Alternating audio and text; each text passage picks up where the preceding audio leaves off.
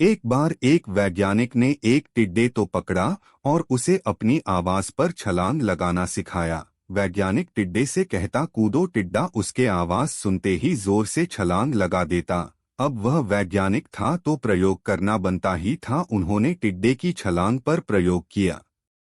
वैज्ञानिक ने उसकी एक टांग तोड़ दी और फिर बोला कूदो। अब टिड्डे की छलांग की दूरी कम हो गई। वैज्ञानिक ने उसकी दूसरी टांग तोड़ दी और फिर बोला कूदो। टिड्डे की छलांग और कम हो गई। अब तोड़ी गई उसकी तीसरी टांग, फिर छलांग की दूरी और कम हो गई। एक एक करके बेचारे टिड्डे की सारी टांगें तोड़ दी गई। अब आखिरी टांग टूटने पर जब उससे कहा गया कूदो तो वह हिल भी नहीं पाया। अब वैज्ञानिक ने अपना निष्कर्ष अपनी डायरी में लिखा। जानते हो उसने क्या लिखा?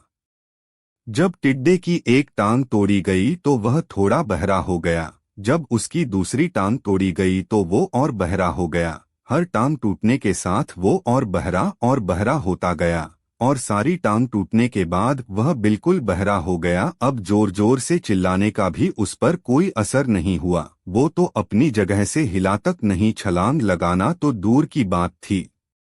इस कहानी को सुनकर सभी को ऐसा ही लग रहा है ना कि क्या मूर्ख वैज्ञानिक था, इतनी सीधी सी बात उसे समझ में नहीं आई।